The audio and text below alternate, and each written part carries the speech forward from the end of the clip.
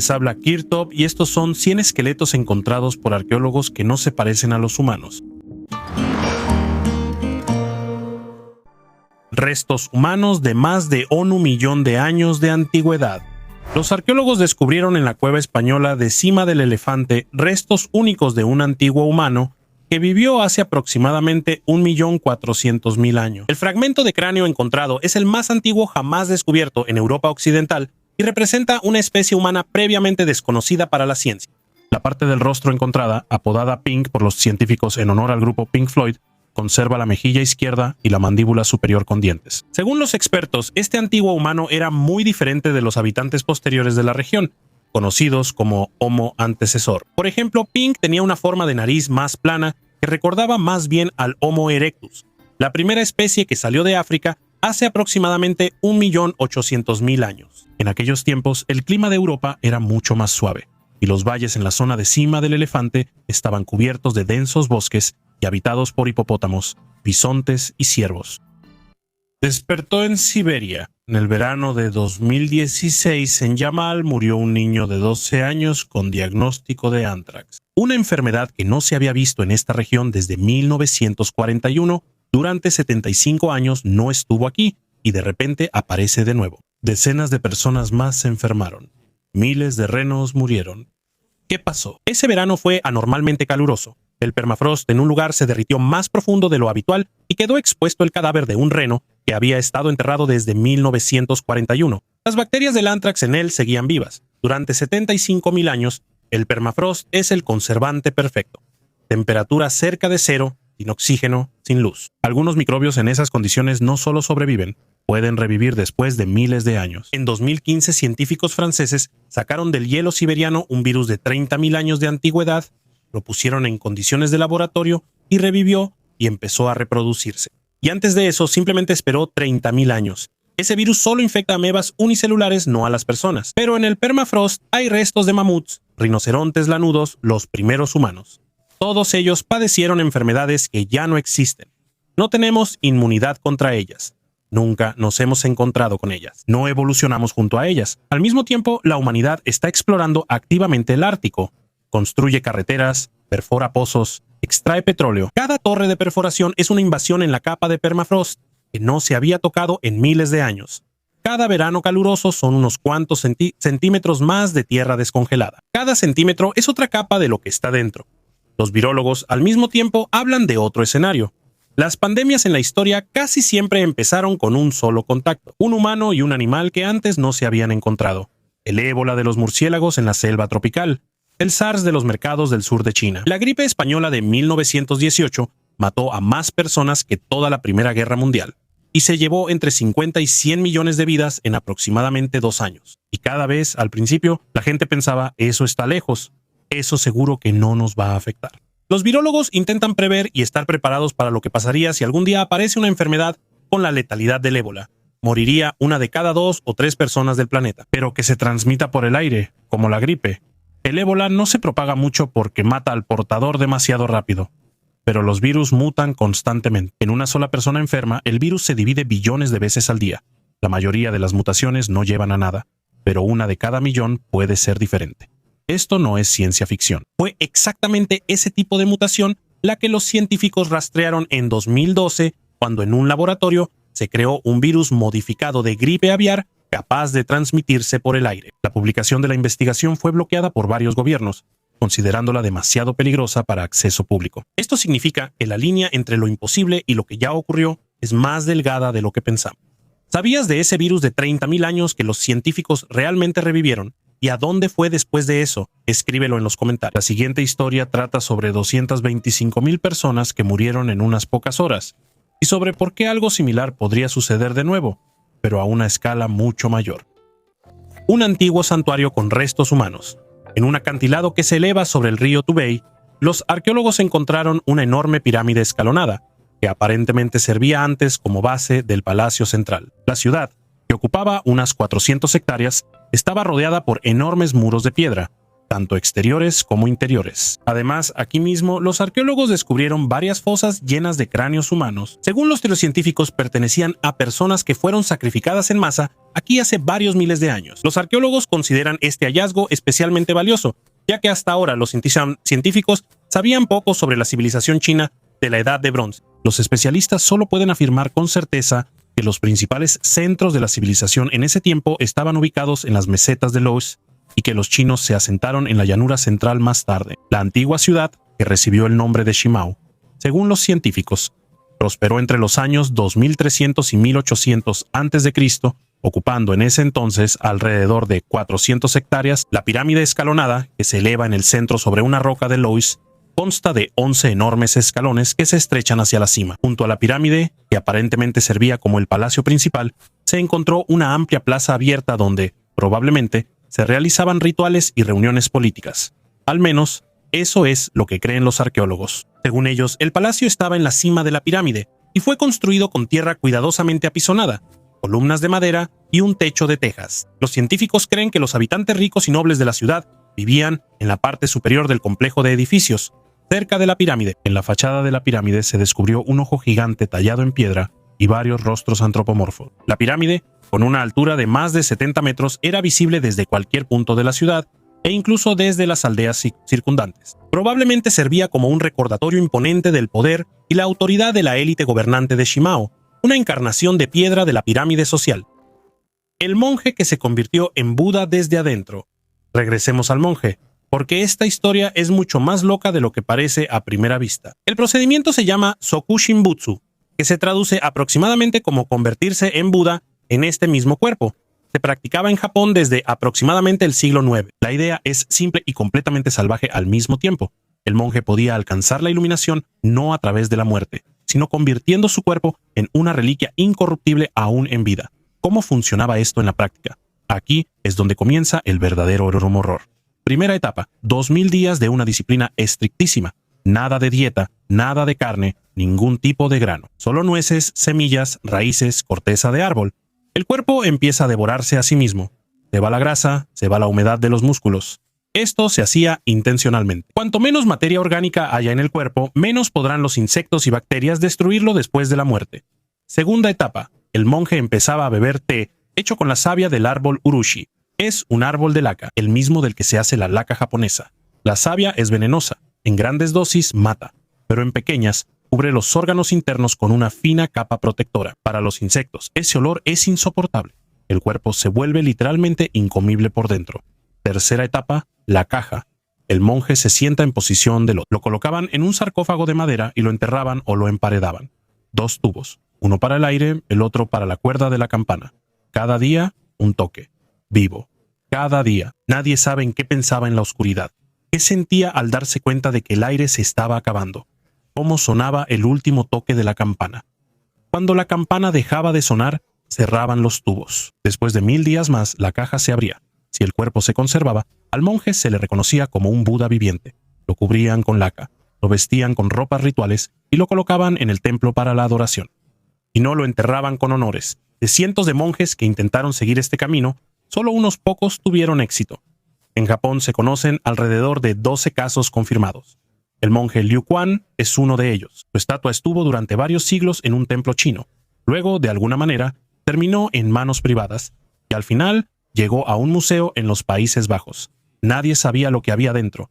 Solo una vieja estatua de un monje. Hay miles así. En 2015 los investigadores decidieron hacer una tomografía computarizada. Es un procedimiento estándar para estudiar esculturas antiguas, revisar si hay grietas o cavidades. Y lo encontraron sentado en la misma posición del otro. Dentro del bronce y el oro, hay una persona que hace 1000 años decidió convertirse en Dios y lo logró. El análisis mostró que dentro del cráneo y la cavidad torácica hay pergaminos con caracteres chinos en lugar de órganos internos. A veces los monjes llenaban las cavidades del cuerpo con textos sagrados para que la sabiduría literalmente viviera dentro de la reliquia. Esto ya no es historia, es otro género completamente diferente. Ahora la pregunta es, si un monje estaba dispuesto a pasar 3 años en la oscuridad para volverse incorruptible, ¿qué nos dice eso sobre las personas?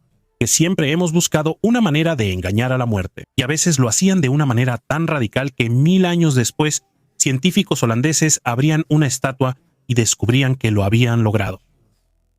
Familia de guerreros del siglo IX. En Hungría, los arqueólogos encontraron 3 tumbas de guerreros que datan de entre los años 920 y 930. A primera vista parecen tumbas comunes de la época del temprano medievo, pero el análisis reveló un detalle que cambia radicalmente el panorama. Los 3 eran parientes por línea paterna, probablemente un padre y 2 hijos.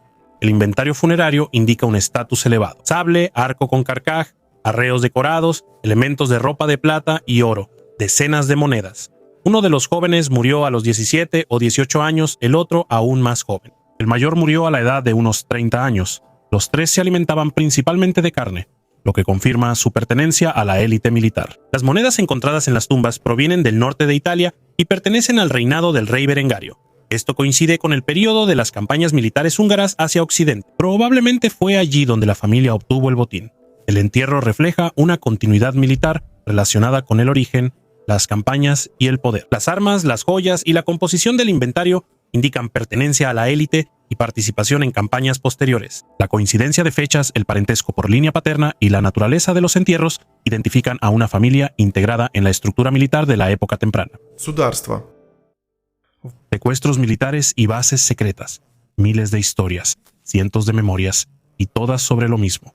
El contacto ya ocurrió, pero no ante los ojos del mundo, no en transmisión en vivo. Sucedió en las sombras, bajo el sello de alto secreto. Uno de los casos más discutidos es la historia de Cherish James Hall, un veterano de la Fuerza Aérea de los Estados Unidos que sirvió en la base Nellis en Nevada. Él afirma, trabajó codo a codo con extraterrestres, blancos, grises, incluso nórdicos, humanoides altos, parecidos a los humanos. Según él, los blancos podían vivir hasta 700 años, y el contacto oficialmente era a nivel de intercambio de tecnología. Según otra versión, las autoridades de Estados Unidos permitieron a los extraterrestres establecer temporalmente una base en la Tierra, supuestamente para el intercambio de tecnología, un trato al estilo de la Guerra Fría. Ustedes nos dan, nosotros les damos.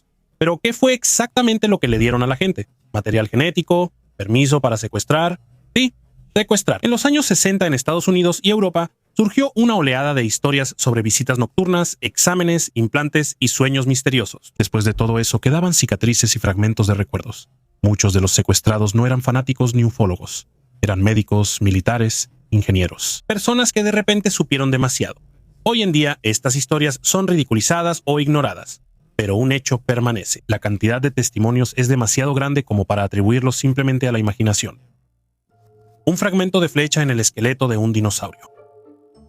Por mucho que los arqueólogos y antropólogos quieran acomodar la ciencia y crear una teoría cerrada sobre el origen de la civilización, en la que no quede fuera ni un solo artefacto, eso es imposible. Los hallazgos gritan que la humanidad tiene millones de años, pero la ciencia académica no quiere escucharlos. Según la teoría de la evolución aceptada, el Homo sapiens apareció hace 30.000 años y el poblamiento de América ocurrió hace no más de 12 a 20.000 años. Sin embargo, incluso antes de que Darwin publicara su obra sobre el origen del hombre, ya habían surgido descubrimientos que refutaban esta teoría. Esto sucedió en la primavera de 1863 en el lugar llamado Saint-Priest, en el noroeste de Francia. Un empleado del Museo Nacional de Historia Natural de Francia, Jules Denoyer, encontró en una formación rocosa de 1.6 millones de años de antigüedad fósiles de animales en los que se veían claramente ranuras paralelas y marcas redondas dejadas por un cuchillo. Además, las huellas de procesamiento estaban cubiertas de minerales al igual que el propio fósil, lo que significa que fueron hechas antes de que los restos se fosilizaran. Los académicos franceses explicaron el origen de las marcas como resultado de la acción de los glaciares, o incluso como huellas dejadas por las palas de los trabajadores. Tampoco convenció a los científicos el hecho de que más tarde, en los mismos sedimentos de Saint-Priest, el arqueólogo Louis Bourse encontró una serie de herramientas de sílex que los antropólogos Armand de Quatrefages reconocieron como raspadores, taladros y picos, pero el descubrimiento fue ignorado. En 1865 en Italia, en las orillas del río Arno, se encontraron huesos trabajados de elefante del sur y de rinoceronte etrusco. El elefante se extinguió hace aproximadamente 1.3 millones de años y el rinoceronte hace no menos de 8 millones de años. En 1968, en una de las minas de la ciudad de Billy, en Francia, se encontró un fragmento de mandíbula de rinoceronte, en el que se veían claramente 4 ranuras paralelas. El arqueólogo Laucedo presentó este fragmento a los académicos y señaló que en la antigüedad intentaron cortar la mandíbula. Las capas donde se encontró el fósil tenían 15 millones de años. En 1872, el geógrafo inglés Eduardo Carlos Sort encontró en las profundidades de la Roca Roja dientes de tiburón perforados. Las capas donde se conservaron los dientes se formaron hace 2,5 millones de años. En la reunión del Instituto Antropológico Real se burlaron del científico diciendo que los agujeros en los dientes fueron hechos por moluscos, parásitos o caries. A Charles Sword solo lo apoyó un tal Collier, quien examinó los orificios bajo el microscopio y confirmó que sus bordes tenían un tratamiento mecánico y que estaban ubicados exactamente en el centro, lo que descartaba la casualidad. Es notable que a principios del siglo XX también se encontraron allí herramientas de piedra que tenían más de 2 millones de años. El inglés Northcott encontró en Mandesle un trozo de madera fosilizada que alguien había cerrado hace 400 o 500 mil años. Por la calidad del corte estaba claro que esto lo hizo un Homo sapiens. El siguiente descubrimiento ocurrió en 1874 en la costa del estrecho de los Dardanelos en Turquía. Aquí, el arqueólogo Calvert encontró en los estratos del Mioceno un fósil de elefante dioterio, en el que estaban talladas imágenes de animales. Aquí mismo, él descubrió herramientas de sílex y huesos que habían sido quebrados para extraer la médula ósea. En 1970 en Canadá, se presentó el primer desafío a las ideas de los antropólogos sobre el poblamiento de América. En la llanura aluvial glaciar del río Old Crow, formada hace 80,000 años, empleados del Museo Canadiense, junto con Richard Marland, encontraron cuernos de animales trabajados. Sus oponentes afirmaban que en su mayoría esto era culpa del glaciar. Sin embargo, la experta Pat Shipman de la Universidad Johns Hopkins estudió los fragmentos fósiles y demostró que en uno de ellos hay marcas de procesamiento que quedan en los huesos al despellejar un animal. Aún más científicos se sorprendieron por el descubrimiento del investigador del Colegio de California, George Miller, quien en el desierto de Anza Borrego, cerca de San Diego, encontró 6 huesos de mamut con marcas de cuchillos. Además, una de las marcas continuaba en 2 huesos, lo que significa que fue hecha durante el despiece del animal. El análisis isotópico mostró que el mamut tenía 300,000 años y la datación paleomagnética arrojó 750,000 años. Aquello prometía ser una gran sensación, pero los oponentes de Miller simplemente se negaron a examinar los fósiles y le insinuaron que ninguna revista científica publicaría sus artículos. En 1979, en Tanzania, se encontraron huellas de pies descalzos de una persona en cenizas de un volcán que hizo erupción hace 3,6 millones de años. La antropóloga Mary Leakey las estudió y concluyó que el pie del antiguo tanzano no se diferenciaba en nada del pie de un cromañón, aunque según Darwin, en esa época solo existían seres con pies como los de los simios. No tuvieron el valor de admitir que hace millones de años ya caminaban personas por la Tierra. Pero quienes realmente lograron refutar la idea de los científicos sobre la época de poblamiento de América fueron los argentinos. Primero, el científico del siglo XIX, Florentino Ameghino, encontró en la playa de Monte Hermoso herramientas de piedra, huesos trabajados y antiguas hogueras. Todo esto se conservó en una capa cuya antigüedad se determinó en 3 a 3,5 millones de años. Los contemporáneos de Ameghino no objetaron que todo esto fueran rastros de Homo sapiens, pero no estuvieron de acuerdo con la datación. De una capa del tardo Plioceno de 2,8 millones de años, Ameghino extrajo otro hallazgo, un fémur de toxodonte con un fragmento de punta de flecha o lanza. No era un hallazgo aislado, sino que estaba conectado con la tibia y el peroné. Tenía una coloración típica. Las cavidades de la fosilización estaban llenas de loes. Incluso si el fósil hubiera llegado a las rocas sedimentarias desde una capa superior, seguiría siendo antiguo. La edad de las capas superiores se estimaba entre 400,000 y 1,5 millones de años. Cuando extrajeron un fragmento del hueso, resultó ser parte de una punta de cuarcita en forma de hoja de sauce, de tipo musteriense, que era común en Europa. Todo esto indica que los humanos vivieron mucho antes de lo que dice la historia oficial. Nunca podremos probarlo al 100%, pero tampoco deberías creer al 100% en la historia oficial. Pero lo que sí puedes hacer tranquilamente es volverte más inteligente y ampliar tu perspectiva aquí en nuestro canal. El lugar de la gran batalla. En el valle de Tolense, Alemania, los arqueólogos descubrieron uno de los campos de batalla más antiguos de Europa, que tiene aproximadamente 3,250 años de antigüedad. Todo comenzó en 1996, cuando los investigadores encontraron un hueso que sobresalía de la orilla del río. Esto se convirtió en el punto de partida para el descubrimiento de un verdadero cementerio de guerreros. Hasta el momento se han encontrado más de 12,500 huesos, que pertenecían a cientos de personas que lucharon, así como alrededor de 300 artefactos de bronce y piedra. Entre los hallazgos hay puntas de flecha, lanzas, espadas, garrotes y equipo de protección. La singularidad del hallazgo radica en que las armas a menudo siguen incrustadas en los esqueletos, lo que confirma cuán brutal fue la batalla. Muchos guerreros murieron directamente en el agua o en la orilla, y sus cuerpos permanecieron intactos durante siglos. Este lugar nos revela una página desconocida de la historia de la Edad de Bronce. Es posible que aquí haya ocurrido una batalla entre diferentes tribus que luchaban por territorio o recursos. Tolense demuestra que las guerras se libraban mucho antes de la antigüedad y que los ejércitos antiguos estaban más organizados de lo que se pensaba antes. Mamut bebé Chenya. El Museo Estatal de Taimyr en Dudinka es uno de los mejores museos del Ártico y de Rusia. En la enorme exposición del museo hay uno de los principales y más interesantes objetos de exhibición. Es el mamut bebé de Sapkargá, llamado extraoficialmente Mamut bebé Chenya. Fue descubierto en 2012 cerca del asentamiento de Voronzovo, no lejos de la estación meteorológica polar Sopochnaya Karga. Este lugar está en la desembocadura del Yenisei, donde fluye hacia el mar de Kara. Los científicos estudiaron en detalle los restos del antiguo animal y resultó que la edad del mamut bebé es de aproximadamente 15 a 16 años y vivió hace unos 44 a 45 mil años. Siendo los mamíferos terrestres más grandes de la historia, los mamuts poblaron los territorios de América del Norte, Europa y el norte de Asia. Se sabe que los mamuts adultos alcanzaban una altura de 5 a 5,5 metros y su peso era de aproximadamente 10 a 12 toneladas. La esperanza de vida de estos antiguos animales era de 55 a 60 años. La última glaciación, que ocurrió hace 10.000 años, fue la causa de la extinción de los mamuts. Se sabe que los mamuts enanos que habitaban en la isla de Wrangel se extinguieron hace aproximadamente 5.000 años. La última vez que se encontró el cadáver bien conservado de un mamut fue hace más de 100 años. El mamutito Sapkarginsky. Es interesante el hecho de que el mamutito Sapkarginsky no fue encontrado por científicos, sino por un niño nenets de 11 años llamado Senja Salender. Mientras caminaba por la orilla del Yenisei, hizo un hallazgo inusual. Se lo contó a los empleados de la estación meteorológica polar. Ellos, a su vez, informaron a los científicos. Los paleontólogos comenzaron a trabajar. Del permafrost descongelado en la orilla del Yenisei se extrajeron los huesos del esqueleto, la piel, la carne, el colmillo, la mayor parte de los órganos internos y la joroba de grasa del antiguo animal. Se sabe que el peso del mamut bebé fue de más de 500 kilos y su altura de aproximadamente 180 centímetros. Una característica importante de este animal era que en lugar de 2 colmillos tenía solo uno. Los especialistas determinaron que esto lo tenía desde su nacimiento. OVNIs y falsificaciones.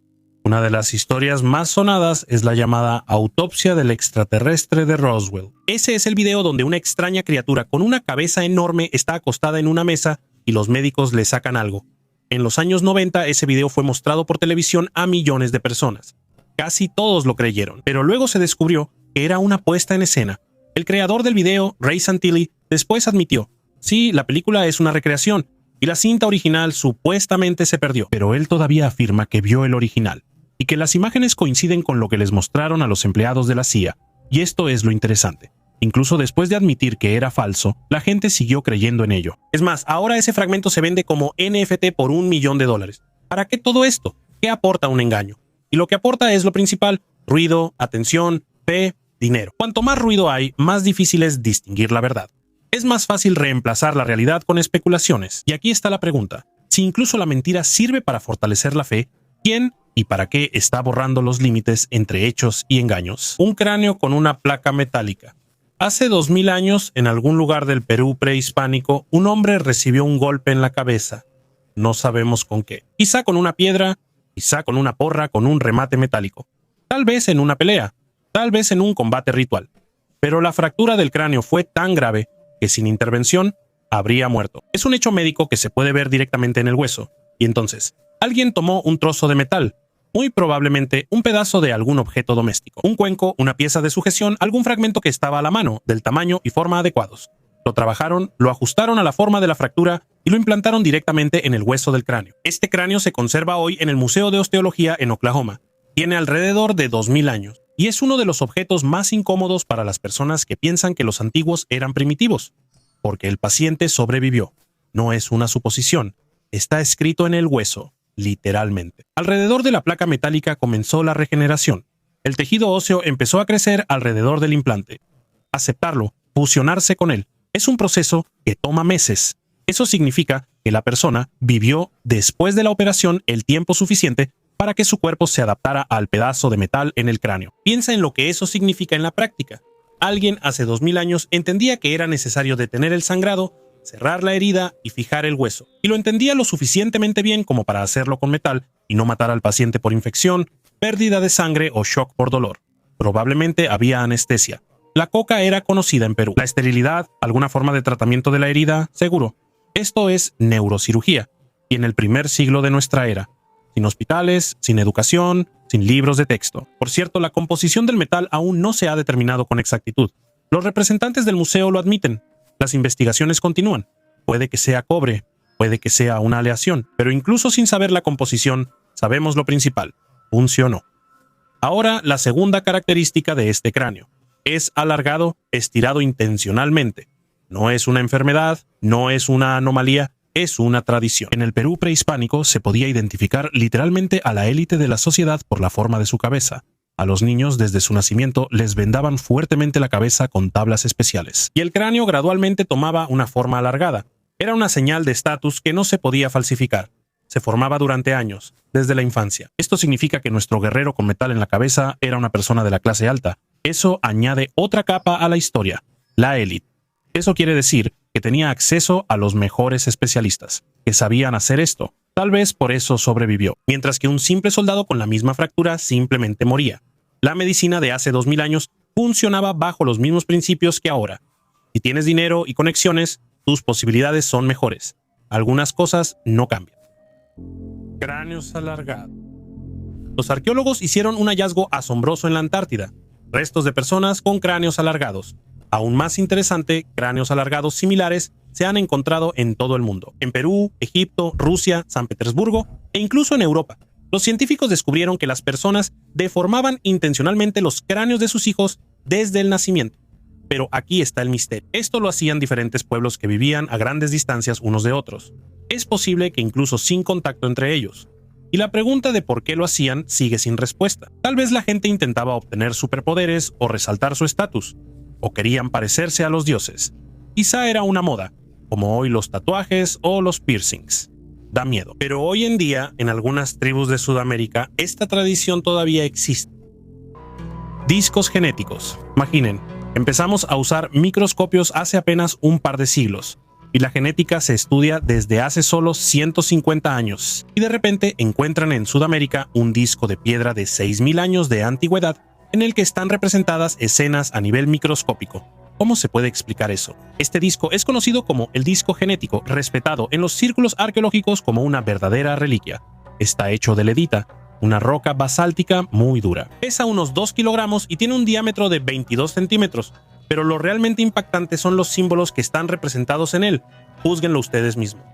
Espermatozoides, óvulos, la fecundación y las etapas del desarrollo del feto. Todo esto está dibujado en orden cronológico. Y si volteas el disco puedes ver momentos de la división celular e incluso el desarrollo de los anfibios. No se asusten, hasta los arqueólogos están en shock. Ahora piensen, un disco así fue encontrado en Colombia entre artefactos de 6000 años de antigüedad, pero no se parece en nada a los objetos de la época precolombina. Además, los símbolos en él son desconocidos. ¿Podría ser aún más antiguo? ¿Cómo pudo una civilización antigua crear algo así y saber lo que nosotros descubrimos apenas en los últimos 2 siglos? Es un objeto tan enigmático que algunos incluso han sugerido que fue creado por los hombres serpiente. Pero en el disco realmente hay una serpiente. Este disco pone en duda todo nuestro sistema de comprensión de la cultura sudamericana. Algunos piensan que es una falsificación, pero sabemos que Sudamérica está llena de misterio. Un niño con un candado en el pie. Polonia, pueblo de Peñ. Siglo XVII. Los arqueólogos investigan un cementerio abandonado y encuentran un esqueleto infantil. Edad aproximada, 5 a 7 años. El cuerpo está boca abajo. En el pie hay un candado grande y pesado, viejo, de hierro. No enterraban así a todos, solo a quienes temían. De verdad, en la antigüedad la gente podía temerle a un niño. Según las creencias populares, se pensaba que un cuerpo boca abajo no podría salvarse, y el candado es una especie de sello mágico, para que el alma no se fuera, no regresara, ni hiciera daño. Cerca hay otra tumba famosa con una bruja muerta. A una mujer le pusieron una hoz en el cuello, para que si intentaba levantarse se decapitara a sí misma. Este niño probablemente es parte de esa misma tradición. Cráneos con clavos. En el sureste de España, entre las ruinas de antiguos asentamientos, los arqueólogos encontraron algo que de inmediato provoca una sensación inquietante: 7 cabezas decapitadas. En algunos hay enormes clavos de metal incrustados. No los atravesaron, sino que los clavaron con fuerza, como si los cráneos hubieran sido fijados a algo. ¿Pero para qué? Al principio pensaron que eran trofeos de guerra. Se pensó que las cabezas de los enemigos fueron exhibidas para intimidar, pero el análisis químico de los huesos dio un resultado inesperado. No todos los cráneos eran de forasteros. En una de las ciudades 3 de 4 cabezas pertenecían a personas que vinieron de lejos, pero en otra, casi todos resultaron ser locales. Y eso lo cambia todo. Porque en un lugar, al parecer, realmente ejecutaban a los forasteros y los exhibían, pero en otro, guardaban a sus propios antepasados como si fueran reliquias. Encontraban las cabezas en las casas, dentro de las viviendas. Entonces, esto ya no es una demostración de fuerza, es memoria y respeto. Los griegos escribieron que los galos guardaban las cabezas de sus enemigos en cajas, y los mercenarios españoles las llevaban en lanzas, pero en realidad todo era más complicado. La momia Montserrat. La historia de las momias extraterrestres de Perú tuvo una continuación inesperada. Dentro de una de ellas, llamada Montserrat, los científicos supuestamente encontraron restos de un embrión. En la radiografía se puede ver un pequeño feto, acostado de espaldas. Según los cálculos, era la semana 30 de embarazo. La momia es femenina, mide aproximadamente 160 centímetros y tiene implantes metálicos en los brazos y el pecho. El hallazgo tiene una antigüedad de unos 1200 años o quizás más. Montserrat es parte de una colección escandalosa que en 2017 presentó el ufólogo mexicano Jaime Maussan. Él afirmó que todas las momias son auténticas y que no tienen relación con los humanos. En 2023 volvió a declarar esto, ahora bajo juramento, en el Parlamento de México. Según él, estos seres tienen 3 dedos, una anatomía atípica y no se parecen a ningún ser terrestre. Pero hay otra versión. La medicina forense en Perú encontró pegamento, papel, inserciones metálicas y fragmentos de huesos de animales en estas momias. La conclusión fue contundente. Los artefactos son muñecos ensamblados artificialmente. Sin embargo, no todos están de acuerdo con esto. El jazzista estadounidense y aficionado a la ufología, William Gallison, vio personalmente las momias antes de que el mundo entero supiera de ellas. Él cree que podrían ser construcciones rituales ensambladas, creadas hace muchos siglos. Pero si realmente son falsificaciones, surge la pregunta principal. ¿Para qué? ¿Por qué alguien hace más de 1000 años ensamblaría artefactos tan complejos si incluso hoy desconciertan a los científicos? El entierro de un bebé más antiguo de Europa. Los arqueólogos rara vez encuentran huesos de niños antiguos, especialmente de recién nacidos, porque son pequeños y frágiles, y por lo tanto no pueden permanecer intactos durante milenios como los huesos de los adultos. Y si los científicos llegan a encontrar antiguos entierros de niños, normalmente es imposible determinar su sexo, porque el ADN en sus huesos no se conserva. Sin embargo, los restos encontrados en una cueva italiana resultaron ser una excepción.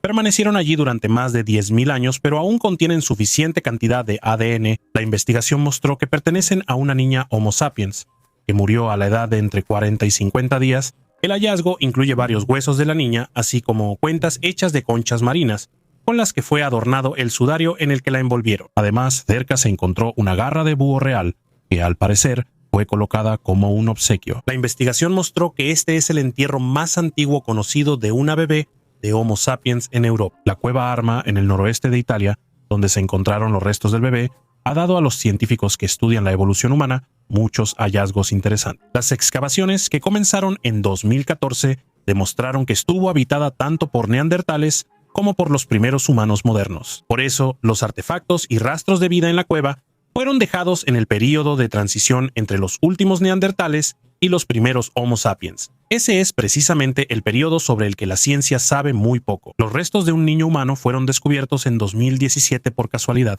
cuando los científicos buscaban rastros de neandertales. Sin embargo, la tumba pudo ser excavada completamente solo hasta 2018.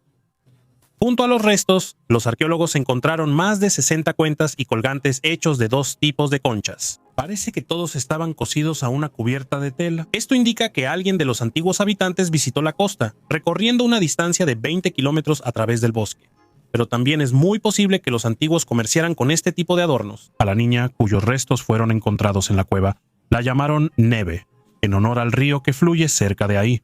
Los científicos no pudieron determinar por algunos de sus huesos cuál fue la causa de su muerte. Los bebés de sexo femenino, evidentemente, y masculino, eran considerados miembros de su sociedad desde el momento de su nacimiento. Este es un descubrimiento importante, ya que la edad a la que los bebés comenzaban a ser aceptados como personas seguía siendo una incógnita. A partir de varios entierros infantiles antiguos que se habían descubierto anteriormente, era difícil sacar una conclusión. Antes se pensaba que las tumbas ricamente decoradas pertenecían a hombres, porque los hombres tenían estatus y las mujeres no.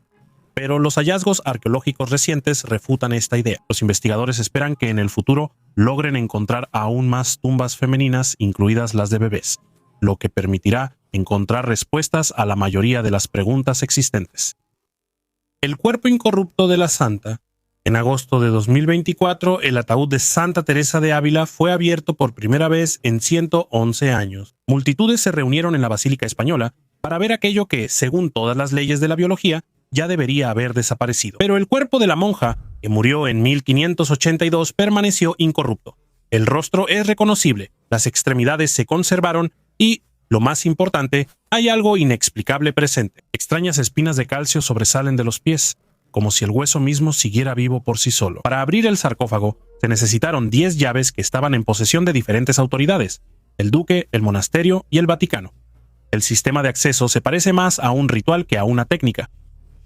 Los científicos estudiaron los restos, los compararon con fotografías de hace un siglo y no pudieron encontrar una explicación lógica para tal nivel de conservación. Su muerte fue registrada en el monasterio de Alba de Tormes. Ella llegó allí caminando, a pesar de fuertes dolores, y poco antes de morir, dijo: «He llegado a la casa de la muerte». Después de eso, absoluta calma, silencio.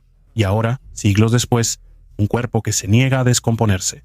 Los creyentes hablan de un milagro, los investigadores de un fenómeno. Sin embargo, queda la pregunta: si la carne puede sobrevivir siglos sin descomponerse, ¿qué sabemos realmente sobre la frontera entre la vida y la muerte? La fosa de los cuerpos sin cabeza. En Eslovaquia, los arqueólogos desenterraron una tumba de más de 7000 años de antigüedad. Casi 40 cuerpos y todos, excepto uno, no tienen cráneos. Los cuerpos están acomodados cuidadosamente. No hay rastros de violencia ni de caos. Todo es demasiado tranquilo, como si alguien supiera lo que hacía y lo hiciera siguiendo un plan. Solo un niño conserva la cabeza. Nadie entiende por qué. Tal vez lo perdonaron, o al contrario, lo dejaron como una señal. Hay teorías: un ritual, una ejecución, o un intento de borrar a una persona de tal manera que ni siquiera quedara su imagen. Lo más importante está abajo. ¿Cuál es el lugar más famoso de Italia? Por supuesto, el Coliseo. El anfiteatro, en la época de esplendor del Imperio Romano, ha pasado por mucho. Pocos saben que el espacio bajo el Coliseo está lleno de muchos pisos, habitaciones y escaleras.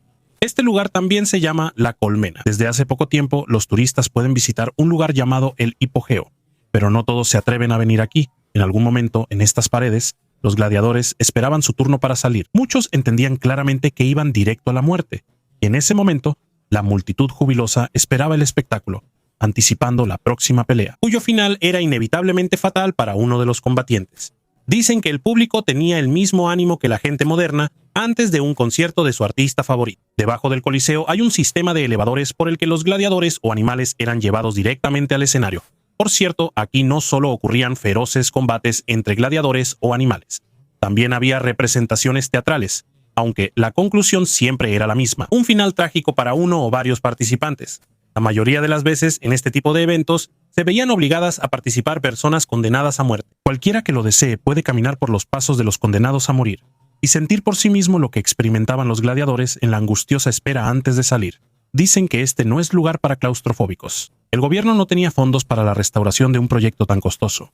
Los recursos vinieron de una fuente completamente inesperada: la casa de moda Toc. Los trabajos continuaron durante una década. Fue precisamente gracias a la restauración que cualquiera puede ver el mundo subterráneo del Coliseo, oculto de los ojos humanos durante 2 milenios. El anfiteatro fue inaugurado a principios de nuestra era, en el año 80. En ese momento y aún hoy es la obra arquitectónica más grandiosa, equipada con numerosos mecanismos complejos, incluidos ascensores hidráulicos. Se puede decir que en su momento este lugar era el centro del espectáculo en la antigua Roma. 5 siglos después de su inauguración, el anfiteatro cayó en decadencia y hasta el siglo XV a nadie le importaba. Fue desmantelado sin piedad para usar sus materiales de construcción. Momias ofendidas. La teoría de los antiguos astronautas sigue siendo popular. Sus partidarios aseguran que los dioses eran extraterrestres y que las construcciones antiguas eran producto de su tecnología. Los arqueólogos consideran esto una distorsión de la historia y llaman a estas teorías extraterrestres para llenar los vacíos, cuando la ignorancia se reemplaza por la fantasía. Estas ideas surgen especialmente a menudo en torno a Perú. Después del libro Carros de los Dioses, las figuras de Nazca empezaron a llamarse pistas de aterrizaje para ovnis, aunque son perfectamente visibles desde las colinas y algunas de ellas están orientadas hacia las estrellas y fuentes de agua.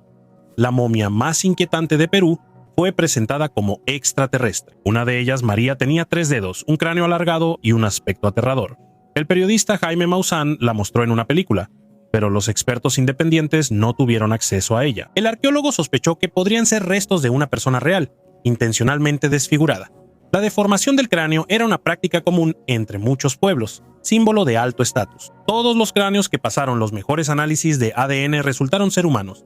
Ninguno era de un extraterrestre. El problema no son las hipótesis extrañas, sino que ofenden a las civilizaciones reales al atribuir sus logros no a ellas, sino a seres ficticios. La misteriosa desaparición de una civilización avanzada. Hace unos 5.300 años, en el este de China, surgió una antigua civilización que construyó una ciudad magnífica, como quizás nunca antes se había visto en toda Asia, y tal vez en todo el mundo. Los vestigios conservados de la cultura Liangshu, que surgió a lo largo de las orillas del delta del río Yangtze, en el este de China, son testimonio de lo que fue capaz esta sociedad neolítica única, que existió en el umbral de la Edad de Piedra. Las ruinas de la ciudad de Liangshu, descubiertas por arqueólogos, muestran numerosos signos de logros sociales, culturales y tecnológicos de ese periodo, especialmente en la agricultura, incluyendo la construcción de canales, presas y embalses. Sin embargo, esta verdadera maravilla del mundo existió por muy poco tiempo. Después de existir durante aproximadamente 1000 años, la civilización Liangshu colapsó misteriosamente hace unos 4300 años, y la antigua ciudad fue abandonada repentinamente. La versión más común era una gran inundación, la cual fue indicada por una fina capa de arcilla encontrada en las ruinas de la ciudad.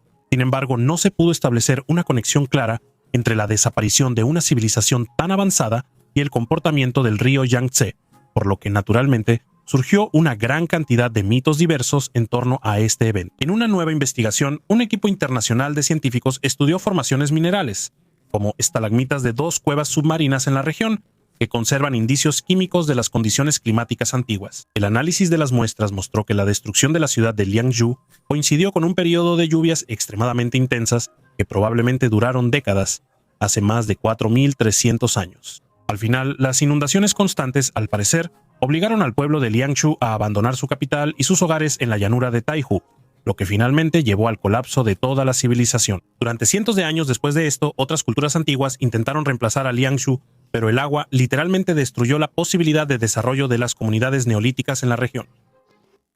La extraña piedra larga. En la historia de la arqueología ocurren descubrimientos que no solo hacen los científicos, sino también personas comunes, a menudo de manera completamente inesperada. Así fue como un granjero de Michigan, James Brissell, se topó con una sensación arqueológica cuando decidió instalar un gasoducto en su rancho. Al empezar a cavar, James no esperaba ninguna sorpresa, ya que la tierra aquí era fértil y sin piedras. Pero pronto la excavadora chocó con algo. Temiendo dañar la máquina rentada, el granjero se detuvo y decidió revisar el obstáculo con una pala. Resultó que no era una piedra, sino algo liso y duro. Cavando a mano, James pronto se dio cuenta de que tenía frente a él un hueso enorme. Llamó a sus vecinos para que lo ayudaran, y pronto lograron encontrar varios huesos grandes más. Al principio, nadie podía decir con certeza a qué animal pertenecían. Después de unas horas, los arqueólogos aficionados llegaron al lugar donde los huesos se unían en un gran cráneo con colmillos. Al principio, los granjeros supusieron que era un elefante, pero para estar seguros llamaron a verdaderos científicos de la Universidad de Michigan. El profesor Fisher, al llegar al lugar, determinó de inmediato que eran restos de un mamut y que estaban en excelente estado. Él quería llevarse los huesos para estudiarlos, pero James se negó a entregarlos, argumentando que las leyes permiten al propietario de la tierra disponer de los hallazgos a su antojo. Al final, el agricultor exhibió los restos en su tienda, atrayendo turistas y científicos de todo el país, y además vendiendo sus productos. La raza de gigantes. Nos sumergimos en los misterios del pasado. Hace unos 5000 años, en las tierras de China, caminaban gigantes muy reales. Su estatura podía llegar hasta los 2 metros, lo que para esa época era simplemente una cifra astronómica. Puede que se pregunten, ¿de dónde venía esa estatura gigantesca en aquellos tiempos lejanos? Los científicos creen que todo se debía a la abundancia de alimentos. Algunas personas enormes, casi tribales, como en las novelas de fantasía, vivían en la provincia de Shandong. Sus condiciones de vida podían considerarse bastante cómodas para su época. Tenían acceso a una variedad de alimentos, las casas contaban con dormitorios y otras comodidades. Desde 2016, los investigadores han estado realizando excavaciones cerca de la localidad de Sengan, y los gigantes no son el único descubrimiento sorprendente. Anteriormente se encontraron ruinas de edificios, numerosas tumbas e incluso fosas de sacrificio. Es interesante que los gigantes muy probablemente formaban parte de la cultura eneolítica de Longshan. Este es un periodo de transición de la edad de piedra a la edad de bronce, cuando se empezaron a usar herramientas de cobre. Una característica interesante de la cultura son los recipientes con 3 patas, posiblemente relacionados con el desarrollo de la ganadería. Foto enigmática. Esta imagen genera muchas preguntas y debate. Muestra 2 figuras misteriosas, y algunos las consideran una prueba de la existencia de seres extraterrestres. A la izquierda hay una criatura diminuta con extremidades delgadas, una cabeza grande y ojos característicos en forma de almendra. Su piel tiene un color extraño, como si estuviera cubierta por una película iridiscente. A la derecha hay otra figura, conservada en un recipiente con líquido, que recuerda a los especímenes que se pueden encontrar en laboratorios científicos o museos de anatomía. Hallazgos similares a menudo se asocian con teorías de conspiración sobre la caída de ovnis en laboratorios secretos y experimentos. Algunos afirman que esto es una prueba de vida extraterrestre, mientras que los escépticos creen que son réplicas hábilmente hechas o modelos anatómicos. La pregunta de si son artefactos reales o simplemente una falsificación hábil sigue abierta. Pero hay algo que se puede decir con certeza. Estas imágenes alimentan el interés por el misterio de la inteligencia extraterrestre y nos hacen preguntarnos, ¿y si no estamos solos en el universo? El cráneo de la mujer rota. En el cementerio de Chega Sofla, en el suroeste de Irán, los arqueólogos encontraron un cráneo que no deja descansar. Tiene 6.200 años. Pertenecía a una mujer joven. Su frente está alargada hacia adelante de manera antinatural, como la de las momias reales mayas o los sacerdotes andinos. Esto es el resultado de una modificación intencional. En su infancia le ataron la cabeza de tal manera que con el tiempo tomó una forma alargada. Esto solo se hacía a los elegidos, a quienes pertenecían a una casta especial o a quienes habían nacido para el sacrificio. Pero lo más extraño no es la forma del cráneo, sino su fractura. La grieta triangular en el lado izquierdo de la caja craneal es la huella de un golpe fuerte. Según los datos, la lesión ocurrió unos minutos antes de la muerte. Fue rápido y posiblemente intencional. Un objeto ancho, un solo golpe fuerte. La muerte fue instantánea. La tomografía computarizada mostró que el cráneo era delgado. La modificación lo hizo frágil. Pero incluso en una persona común, un golpe así habría causado las mismas consecuencias. El golpe no fue accidental. El lugar es inusual. El entierro es atípico. Todo indica que la mujer era importante, tanto que su muerte fue parte de un ritual.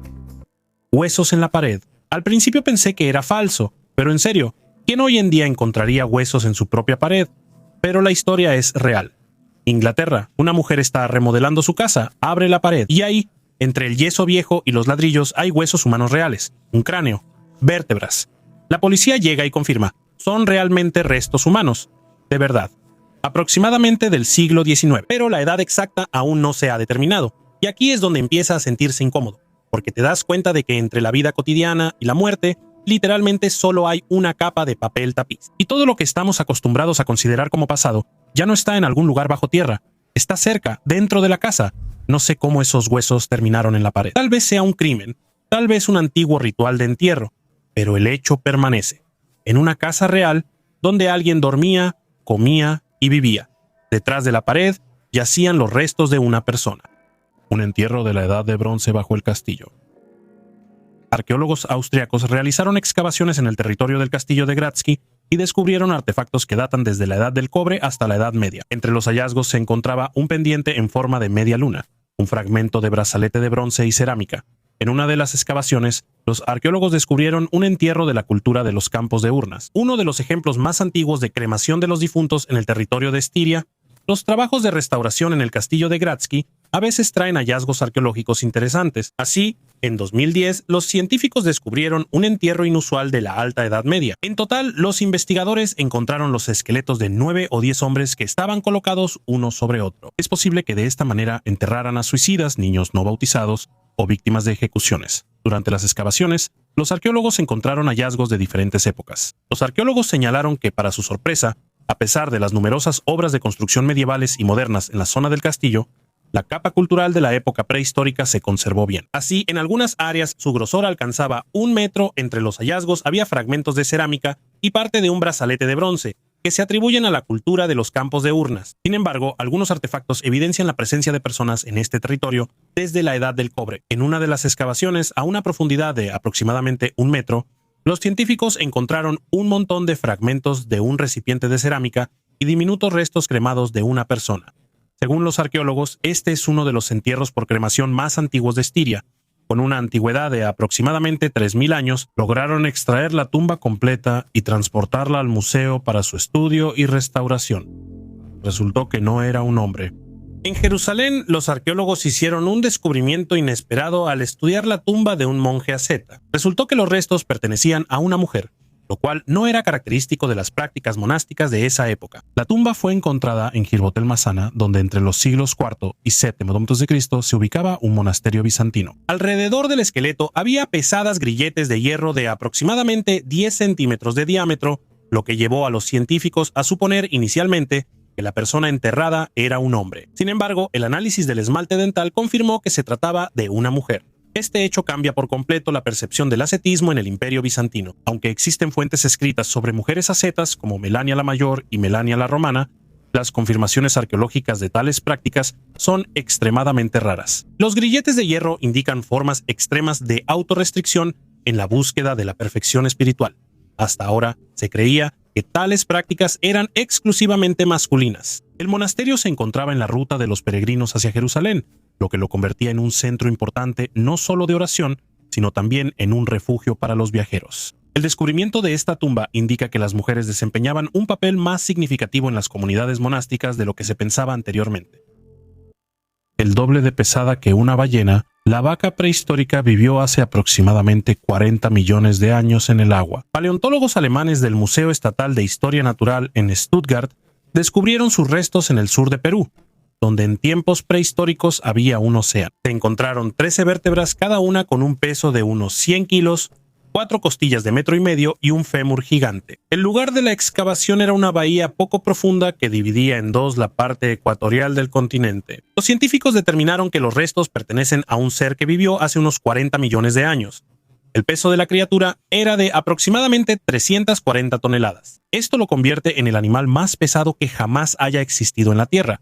Incluso los gigantescos brontosaurios eran más ligeros. Al estudiar el hallazgo, los científicos concluyeron que estas enormes criaturas nadaban lentamente, se sumergían a poca profundidad y se alimentaban de lo que encontraban en el fondo: algas, moluscos y peces pequeños. Por su modo de vida, se parecían a las vacas marinas que los humanos exterminaron en el siglo XVIII. Externamente, probablemente también se parecían a las vacas marinas, aunque en realidad eran antiguos cetáceos del género Basilosaurus. 9 neandertales cerca de Roma. Arqueólogos italianos encontraron restos fosilizados de 9 neandertales en una cueva ubicada cerca de Roma. Esto ayudó a entender cómo fue poblada la península italiana y cuáles eran las condiciones ambientales en la antigüedad. El descubrimiento arqueológico confirmó que la cueva de Guattari en San Felice Circeo es uno de los lugares más importantes del mundo para estudiar la vida de los neandertales. El cráneo de un neandertal fue descubierto en la cueva en 1939. Los huesos fosilizados encontrados por el arqueólogo esta vez incluyen cráneos, 2 dientes y otros restos. El más antiguo de ellos data de un periodo entre 100.000 y 90.000 años atrás. Se presume que otros 8 neandertales realmente datan de hace 50 a 60.000 años. Las excavaciones comenzaron en 2019 y se llevaron a cabo en la parte de la cueva que aún no había sido explorada e incluyeron un lago, señalado por primera vez por el antropólogo Alberto Carlo Blanc, a quien se le atribuye el descubrimiento del cráneo de un neandertal en 1939. El hallazgo de los arqueólogos ya ha sido calificado como un descubrimiento extraordinario del que hablará todo el mundo. La gran cantidad de restos lleva a pensar que la población de neandertales era significativa. Esto, a su vez, indica la existencia de la primera sociedad humana. La cueva ha conservado perfectamente el entorno que existía aquí hace 50.000 años. Los restos fosilizados de animales como elefantes, rinocerontes y ciervos gigantes encontrados en la cueva nos dan una idea de la flora, la fauna y el clima de esta región. Una nueva especie de depredador. Científicos descubrieron en el desierto egipcio el cráneo de un Bastidatón sirtos, una nueva especie de depredador que vivió hace 30 millones de años. Este gran mamífero carnívoro pertenecía al grupo extinto de los hienodontes y ocupaba la cima de la cadena alimenticia, cazando primates, antiguos hipopótamos y elefantes. Bastidatón recibió su nombre en honor a la diosa Bastet, protectora de los gatos y defensora contra las desgracias. Su hocico y dientes realmente se parecen a los de un felino. Este animal tenía un tamaño comparable al de un leopardo. Poseía mandíbulas poderosas y dientes muy afilados, lo que le permitía ser un cazador formidable. El hallazgo se realizó en la depresión de Fayum, que hace millones de años era un bosque verde y ahora se ha convertido en un desierto. Este lugar aporta conocimientos sobre los antiguos ecosistemas de África. Los hienodontes dominaban entre los depredadores, pero el cambio climático y la aparición de competidores más desarrollados llevaron a su desaparición. Ahora su lugar en la naturaleza lo ocuparon los antepasados de los gatos y perros modernos. Momia marinada. Los investigadores descubrieron que en la momia, a la que llaman la Dama Misteriosa, se conservó un pequeño feto durante más de 2000 años. Su descubrimiento se basa en datos de tomografía computarizada y fue publicado en la revista Archaeological Science. La Dama Misteriosa no es solo una momia. Ella estaba embarazada al momento de su muerte y formaba parte de la comunidad de Tebas. Su edad al momento de la muerte se estima entre 20 y 30 años, y el feto tenía entre 26 y 30 semanas. Y este es el único caso conocido de una momia embarazada que pasó por el proceso de embalsamamiento. Sorprendentemente, hasta el verano pasado, nadie sabía sobre el feto en su vientre. Investigaciones anteriores realizadas con rayos X no lo detectaron porque sus huesos estaban mineralizados. Resultó que la misteriosa dama no murió durante el parto. Su cuerpo fue tratado con natrón. Es un tipo de sal que seca el cuerpo y actúa como desinfectante. Y el feto quedó intacto por quienes momificaron el cuerpo, lo que permitió que el útero permaneciera en perfecto estado. Gracias a esto, los investigadores descubrieron que la sangre en el feto se volvió más ácida, ya que los niveles de amoníaco y ácido fórmico aumentaron, lo que llevó a la mineralización de los huesos. Y como el útero permaneció herméticamente cerrado, el feto quedó como si estuviera marinado, conservándose durante más de 2000 años. Sin embargo, queda la pregunta: ¿por qué los embalsamadores dejaron el feto en el cuerpo cuando todos los demás órganos fueron retirados? ¿A quién pertenece esta mano? Hoy viajaremos al pasado y nos sumergiremos en el misterioso mundo de los antiguos romanos. Nuestro punto de partida será el fuerte Vindolanda, uno de los primeros campamentos militares romanos en el territorio de la actual Inglaterra. Durante muchos siglos se construyeron aquí 9 fortificaciones. En 2018 se hizo un descubrimiento sorprendente en este lugar. Los investigadores encontraron una mano de bronce del tamaño de la de un niño. Pero no es solo una mano. En la palma de la mano había un lugar para algo que lamentablemente no se ha conservado hasta nuestros días. Además, en la base de la mano hay un agujero, como si estuviera conectada a algo. El misterio se vuelve aún más interesante, ya que la mano fue encontrada cerca del templo de Júpiter Doliqueno. Lo más probable es que la mano formara parte de algún ritual religioso. Se han hecho hallazgos similares en otros templos de este dios.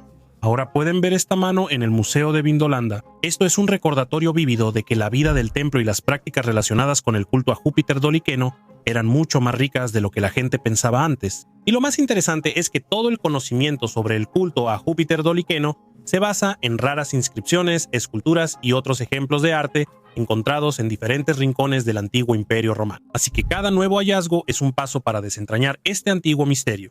¿Qué creen ustedes? ¿Para qué podría haberse usado esta mano? ¿Podría haberse usado esta mano con algún propósito místico? Escriban su opinión en los comentarios. Y no olviden suscribirse al canal para no perderse el próximo video. Yo continúo.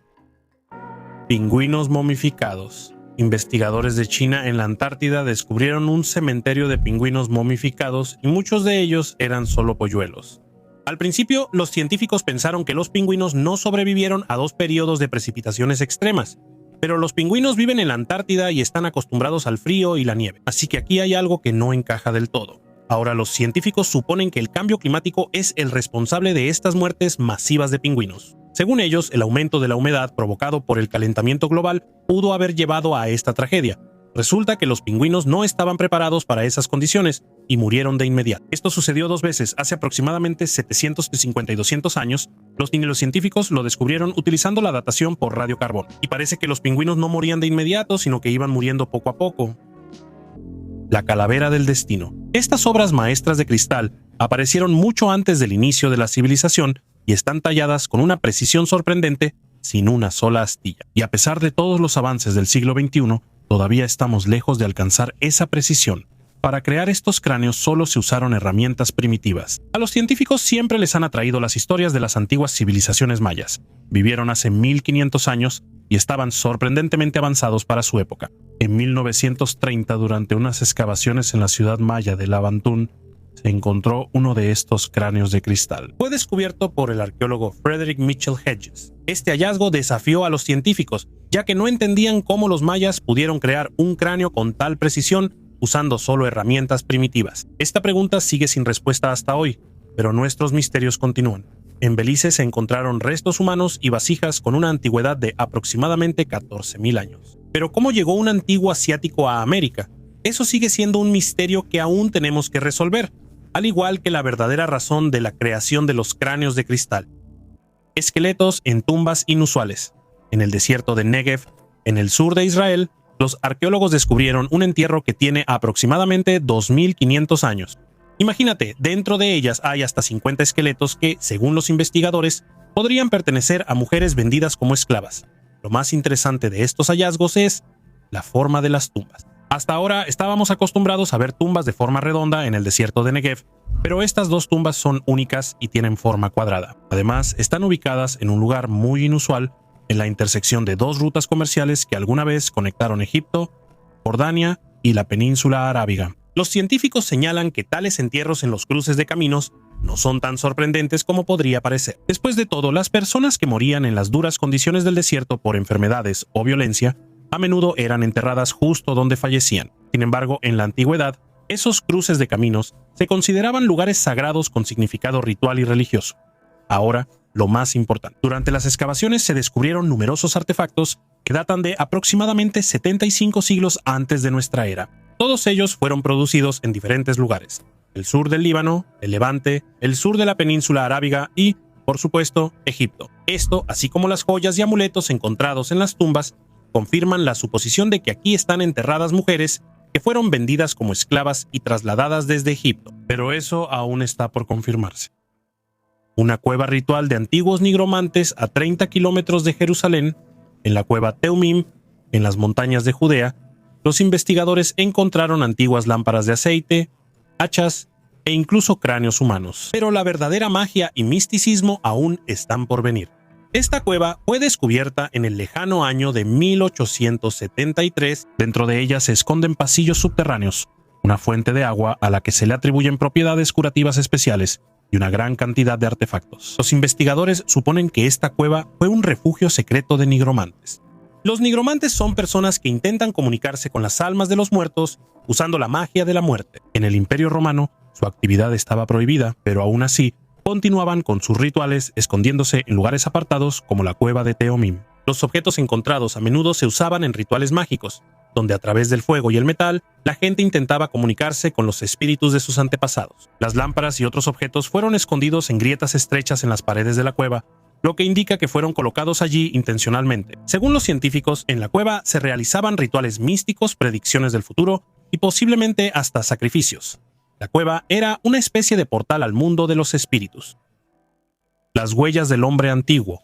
Los arqueólogos descubrieron una sorprendente estatua de la Edad de Hierro con huellas dactilares bien conservadas de su creador, lo que permite echar un vistazo a la vida de nuestros antepasados de hace más de 3.000 años. Esta antigua figura de arcilla, que data del siglo IX o X antes de nuestra era, fue encontrada en el fondo de un lago en Italia y, según los expertos, tiene un significado ritual. El hallazgo se realizó en el lago Bolsena, un lago volcánico, donde los arqueólogos encontraron una escultura de arcilla que recuerda a una figura femenina del tamaño de la palma de la mano. Normalmente, este tipo de figuras se encuentran en enterramientos funerarios. Sin embargo, esta fue hallada en una zona que alguna vez fue un área residencial de un asentamiento inundado. El equipo del Servicio de Arqueología Subacuática y el Grupo de Restauración del Patrimonio Cultural de Italia, junto con los buzos estatales, desempeñaron un papel clave en la preservación y extracción de este artefacto.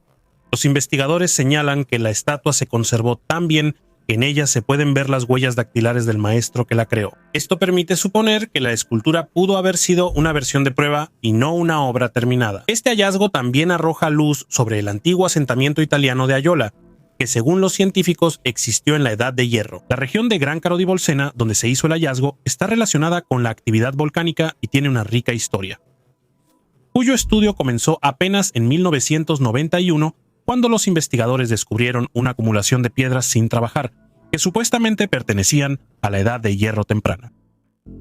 La piel y las escamas en el antiguo esqueleto, los paleontólogos estudiaron un esqueleto de plesiosaurio sorprendentemente bien conservado, encontrado en Alemania en 1940.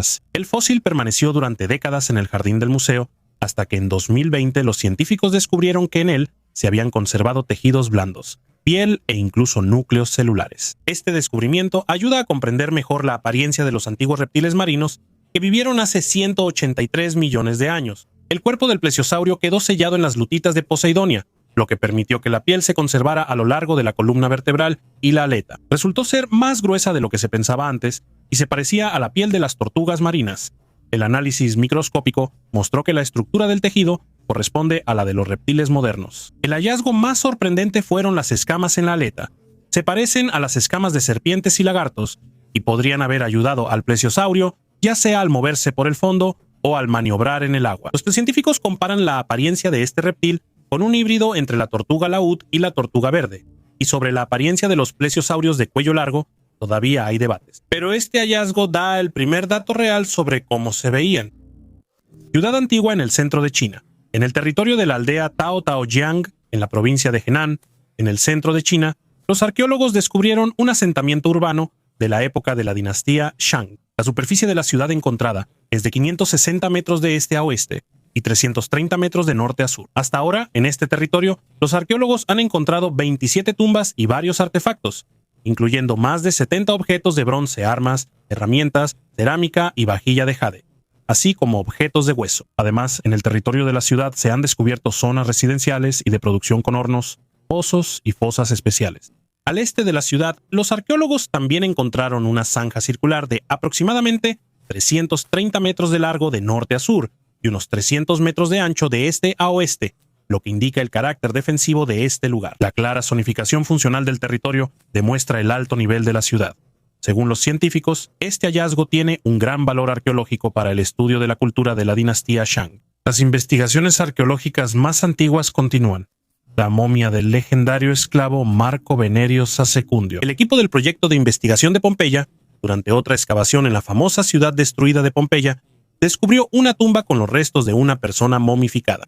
La inscripción en ella indica que en el mausoleo está enterrado el legendario esclavo que logró convertirse en uno de los ciudadanos más influyentes. El hallazgo se realizó en el marco de las excavaciones más recientes hasta la fecha, llevadas a cabo por arqueólogos en la necrópolis de Porto Sarno. Los investigadores excavaron una tumba en cuyo interior se encontró el cuerpo momificado de una persona. En la losa de mármol situada en el frontón de la tumba hay una inscripción conmemorativa. Está dedicada a Marco Venerio Secundio, a quien los arqueólogos consideraron el propietario de la tumba. Este es un descubrimiento muy importante, ya que por primera vez demuestra prácticamente que la influencia griega en Pompeya fue significativa. En las fuentes escritas se mencionan repetidamente presentaciones públicas que se realizaban en Pompeya en idioma griego.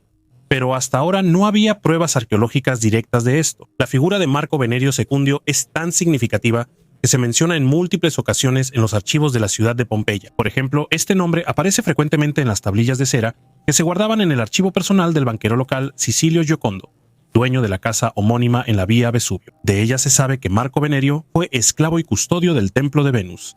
Logró obtener su libertad. Al convertirse en hombre libre, alcanzó un estatus social bastante alto y acumuló una fortuna considerable. La inscripción en la tumba monumental descubierta indica que fue miembro de varias sociedades poderosas, incluyendo la cofradía de sacerdotes del culto imperial. El texto funerario también dice que ofrecía espectáculos griegos y latinos durante 4 días. El difunto fue enterrado en una pequeña cámara funeraria de 1.60 metros por 2.40 metros, ubicada detrás de la fachada principal. Por cierto, durante la inspección de la tumba se encontraron 2 urnas funerarias con restos de cremación.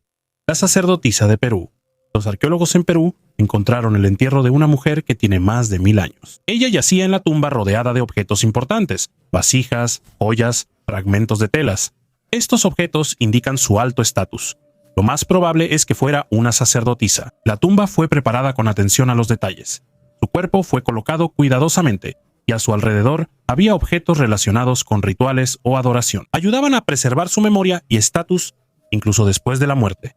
No es solo una tumba, es un símbolo de respeto y reverencia. Lo interesante es que, a pesar de la antigüedad, este hallazgo se ha conservado bastante bien. La tela, los adornos e incluso los huesos están en buen estado. La arena y la sequedad ayudaron a preservar detalles que normalmente desaparecen con los siglos.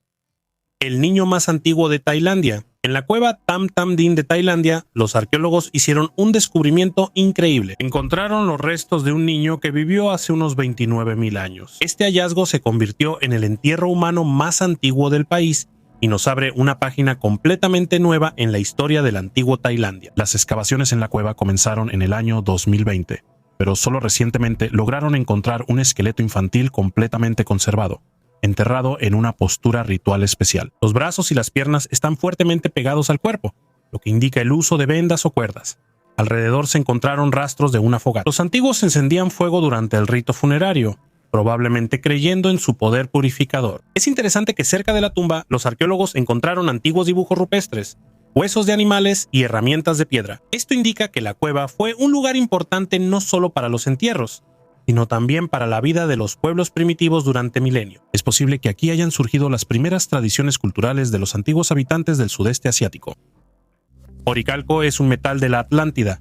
Oricalco es un metal misterioso, descrito por autores griegos antiguos como una aleación perdida de los atlantes. Esta aleación se comparaba con los rizos dorados de Afrodita, y la resistencia del oricalco era suficiente para fabricar un escudo para Heracles. No se sabe si esta sustancia existió o no. El oricalco, según lo que se había escuchado, fue descrito por Platón en su diálogo Critias, donde habla de la ciudad de Atlántida. En la isla de Atlántida, este metal se extraía de yacimientos naturales. Los atlantes extraían todo el metal necesario en las minas de su isla. El oricalco era considerado el segundo metal más valioso después del oro y se consideraba un metal místico. El metal místico llegó a considerarse como un mineral creado exclusivamente para personas especiales, elegidas por los dioses. Las sectas religiosas utilizaban el aura mística del metal para sus propios fines. Por ejemplo, Joseph Smith, el fundador del mormonismo, afirmaba que las tablas de mando estaban hechas de oricalco. En la literatura, el metal de Platón suele considerarse una aleación de latón, pero los antiguos griegos conocían el latón y usaban esta aleación. El mineral recibió el nombre de mineral de cobre y zinc. Esta aleación tiene un tono dorado claro. Puede confundirse con el oro. El latón es comparable en resistencia al bronce y se utilizaba para fabricar escudos, armaduras y armas. Recientemente surgió otro argumento a favor de la teoría de que el oricalco se llamaba aleación de latón. Un barco del siglo VI a.C. fue encontrado en el fondo del mar cerca de la costa de Sicilia, en Italia. El hallazgo se realizó en 2014. En el lugar del naufragio se encontraron lingotes metálicos de tono rojo dorado. Los científicos supusieron que los lingotes eran de una aleación de oricalco, el material mítico de los atlantes. En el barco se encontraron restos de armas, fragmentos de ánforas y contenedores para transportar petróleo crudo, que en ese entonces era un producto valioso. Se supone que era un barco mercante cuya tripulación tenía armas y armaduras para protegerse de los piratas. Al analizar la composición de los lingotes, determinaron que el cobre y el zinc eran los principales componentes de la aleación de latón. La hipótesis de que el oricalco es una aleación de cobre y oro surgió debido a un error de transcripción en el nombre antiguo griego que Platón usó para este metal. La palabra significa cobre de montaña, pero durante la traducción se convirtió en aurealcos, que significa cobre dorado. El aurejalco se consideraba un metal noble, por lo que la hipótesis de mezclarlo con oro podría tener sentido, pero agregar oro a la aleación hace que el metal sea más blando y pesado. ¿No sería apropiado que las armaduras, armas o escudos estuvieran hechos de esa aleación? Artefacto de una civilización desconocida. ¿Qué tal un viaje al pasado, donde los hallazgos arqueológicos ponen en duda todo lo que sabemos sobre nuestra historia? Todo comenzó en febrero de ese año. 3 buscadores de aventuras, Wallace Lane, Virginia Maxey y Mike Mikesell, se fueron de excursión al Monte Coso para enriquecer su colección de antigüedades. Imagínense su sorpresa cuando, entre las rocas comunes de la montaña, encontraron una piedra que simplemente no podía estar ahí. Un día después, Michael decidió trabajar en la piedra y descubrió algo increíble. Dentro de la piedra había un cilindro de cerámica, y dentro del cilindro, una varilla metálica que, por alguna razón, reaccionaba a un imán. Además, dentro se encontraron fragmentos de conchas fosilizadas y guijarros. Los amigos le mostraron el hallazgo a un geólogo conocido, quien, después de una inspección detallada, afirmó que, en su opinión, esta piedra tenía al menos 500.000 años. Imagínense, 500.000 de años. Si esto es así, entonces nuestro hallazgo reescribe toda la historia del desarrollo de la humanidad. ¿Cómo se pueden explicar los elementos metálicos dentro de una piedra tan antigua? Desafortunadamente, no tenemos una descripción detallada de esta investigación, ni tampoco el nombre del geólogo. Pero hay algo que sí sabemos con certeza. La piedra fue estudiada por el creacionista Ron Caillie. Él tomó una radiografía y descubrió que la varilla tenía un resorte. Así que, posiblemente, era algún tipo de mecanismo eléctrico antiguo. Pero, ¿quién lo creó y para qué? En la guarida del lobo encontraron 5 esqueletos. Durante las excavaciones en el territorio de la guarida del lobo en Polonia, donde se encontraba el cuartel general de Adolf Hitler, los arqueólogos descubrieron 5 esqueletos humanos. El hallazgo incluía los restos de 3 adultos y 2 niños, uno de los cuales era un recién nacido. La particularidad de la sepultura radica en que los cuerpos estaban desnudos y carecían de extremidades, lo que indica un carácter inusual del entierro. La guarida del lobo, escondida en un denso bosque y protegida con alambre de púas, torres de vigilancia y campos minados, servía como el lugar donde los líderes nazis planificaban sus operaciones militares. Esta base fue destruida por los nazis durante su retirada ante el Ejército Rojo en enero de 1945. Entre los artefactos encontrados junto a los cuerpos había piedras del trueno, fósiles de antiguas criaturas marinas que en la antigüedad se consideraban talismanes mágicos, capaces de traer suerte en las batallas o proteger contra los rayos. Octavian Bartashevsky, participante de las excavaciones, sugirió que los cuerpos pudieron haber sido enterrados como un sacrificio ritual para asegurar el éxito y la prosperidad de quienes ocupaban el edificio. Hermann Göring, el anterior propietario del edificio, es conocido por su interés en el ocultismo, lo que podría explicar la presencia de un entierro tan inusual en su residencia. Los nazis, incluyendo a Hitler, eran conocidos por su obsesión con lo sobrenatural, lo cual se reflejaba en su afición por diversas prácticas y teorías ocultistas. Este descubrimiento no solo confirma el oscuro legado del régimen nazi, sino que una vez más demuestra su afán de utilizar cualquier medio, incluyendo el misticismo y los sacrificios, para alcanzar sus objetivos. ¿Cómo se veía una chica de 16 años en el siglo VII? Viajaremos 13 siglos atrás para conocer a una misteriosa joven que posiblemente pertenecía a la familia real y fue una de las primeras cristianas en Inglaterra. Recuerden el año 2012. Se hizo un sorprendente hallazgo arqueológico en las afueras de Cambridge, Reino Unido. Los arqueólogos encontraron los restos de una joven de 16 años enterrada bajo tierra del siglo VII. Los científicos recrearon su rostro utilizando tecnologías de modelado en 3 dimensiones basadas en el cráneo de la joven. Y aunque no están seguros sobre el color de sus ojos y cabellos, sin un análisis de ADN el modelo nos da una idea de cómo se veía nuestra heroína. Ella tenía una característica especial. Su ojo izquierdo estaba un poco más bajo que el derecho, lo cual era notable al encontrarse con ella. Aunque fue encontrada en el Reino Unido, ella era originaria de Europa Central, probablemente del sur de Alemania. El misterio de su muerte sigue siendo un enigma, pero los signos de enfermedad indican que luchaba contra algún padecimiento. Nuestra desconocida fue enterrada al estilo de la realeza, en una cama de madera tallada, con una cruz de oro y granate, rodeada de joyas y ropa tan hermosa. Parece que ella era de la aristocracia o incluso de la familia real, y lo que es especialmente sorprendente es que era cristiana, algo que en ese tiempo era raro en Inglaterra. Restos de monstruos. Investigadores que durante décadas lucharon contra las duras condiciones antárticas descubrieron restos fosilizados de un elosmosaurio. Eran verdaderos titanes del período Cretácico que vivieron junto con los dinosaurios. Los científicos encontraron la mayor parte del esqueleto de este gigante. Es cierto que no encontraron la cabeza, pero incluso sin ella sacaron una conclusión. Esta criatura pesaba entre 12 y 15 toneladas y medía alrededor de 12 metros de largo. ¿Se lo imaginan? Para comparar, antes se había encontrado un elasmosaurio que pesaba alrededor de 5 toneladas y del género Aristonectes hasta 11 toneladas. Sin embargo, los científicos no están completamente seguros de a qué género pertenece nuestro gigante. Es posible que sea un género que no conocemos. Y aquí hay algo más interesante. Este gigante marino vivió aproximadamente 30.000 años antes de la extinción de los dinosaurios, lo que confirma la teoría de que los elasmosaurios habitaban en el período Cretácico tardío. Las momias de Cabalán. La momificación la asociamos principalmente con el Antiguo Egipto, pero esta práctica existía también en otras culturas. Uno de los métodos más inusuales era utilizado por los antiguos filipinos, quienes momificaban a sus muertos usando humo. Su método no tenía nada que ver con las vendas ni con el embalsamamiento tradicional de los egipcios, pero era igual de efectivo. Una de las mayores sepulturas de este tipo fue descubierta a finales del siglo XX en una cueva de la provincia de Cabalán, que dio nombre a la momia de fuego. Según los científicos, los restos encontrados tienen entre 500 y 700 años de antigüedad. El proceso de momificación comenzaba aún en vida. Al moribundo se le daba una bebida muy salada para deshidratar el cuerpo. Después de la muerte, el cuerpo se colocaba en posición sentada y se sometía a una exposición prolongada al humo. Este proceso podía durar varios meses, después de lo cual la momia se colocaba en un ataúd de pino y se dejaba en una cueva. Este método permitía que los cuerpos se conservaran en un estado sorprendentemente bueno, incluso después de siglos. Se cree que esta práctica tenía no solo un significado ritual, sino también espiritual. Las almas de los difuntos seguían siendo parte de su pueblo. Figurilla coronada con un halcón. Los arqueólogos descubrieron en Oslo una pequeña figurilla que representa a una persona con corona, sosteniendo un halcón en la mano. Este hallazgo data aproximadamente del año 1200. Es posible que represente a un rey o una reina, por ejemplo, al rey noruego, Håkon IV el Viejo. Los testimonios más antiguos de la cetrería se remontan incluso a la época anterior a la escritura.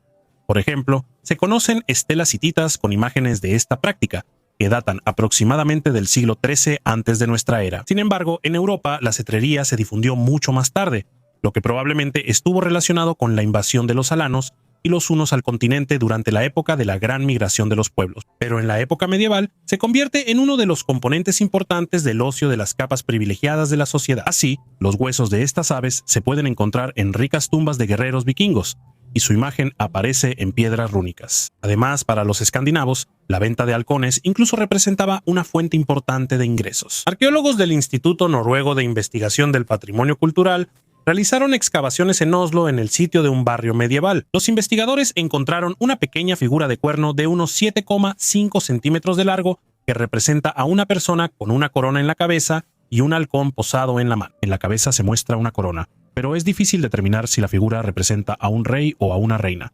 Sin embargo, en aquellos años, las mujeres también practicaban la cetrería. Este hallazgo se realizó en el territorio de un parque, junto al cual hasta el año 1300 se encontraba un palacio real. Por eso, los científicos suponen que la figura pudo haber pertenecido a una persona noble, incluso al propio rey.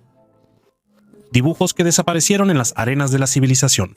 Estos frescos son una prueba que demostró que alguna vez el desierto fue el hogar de la flora y fauna de la estepa, de lluvias torrenciales y de ríos de aguas frías. Incluso el nombre Tassili, traducido, significa meseta fluvial. En nuestra época casi no se sabe nada sobre la civilización perdida del Sahara, que no nos dejó templos ni otras estructuras, sino solo cuevas llenas de pinturas rupestres. Los frescos del Sahara constituyen un importante campo de investigación arqueológica, dedicada a los valiosos tesoros tallados o pintados en las rocas naturales. Las cordilleras de Tibesti y Ajagar representan un impresionante museo al aire libre que contiene numerosos monumentos arqueológicos. Los investigadores han catalogado más de 5.000 pinturas rupestres, aunque creen que en el pasado hubo muchas más. Según los expertos, la antigüedad de las pinturas rupestres es de entre 10 y 15.000 años. En las cuevas se encuentran frescos con imágenes de elefantes, hipopótamos, aligatores, jirafas y avestruces, lo que demuestra que en el pasado lejano la región del Sahara estaba llena de vida. En las pinturas más antiguas aparecen personas con grandes cabezas redondas. Si se sigue la secuencia temporal de las imágenes, se puede notar que después de un tiempo los cuerpos en los dibujos se volvían más largos, pero la forma de la cabeza seguía siendo exageradamente redonda. Más adelante aparecen ilustraciones de criaturas fantásticas de tamaños increíbles. Son figuras extrañas con ropa, tocados parecidos a cascos con correas y otros accesorios que claramente no existían en esa época. La gente de Tassili-N'Ajjer dejó dos grandes misterios. Primero, no se han encontrado entierros en la región.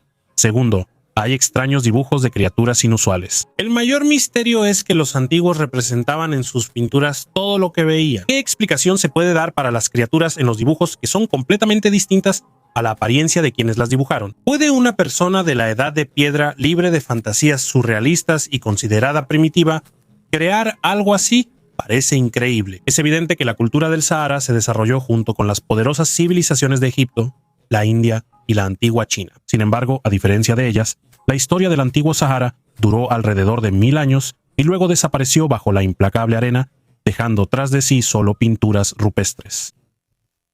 El faraón que fue olvidado. Todos conocen a Tutankamón.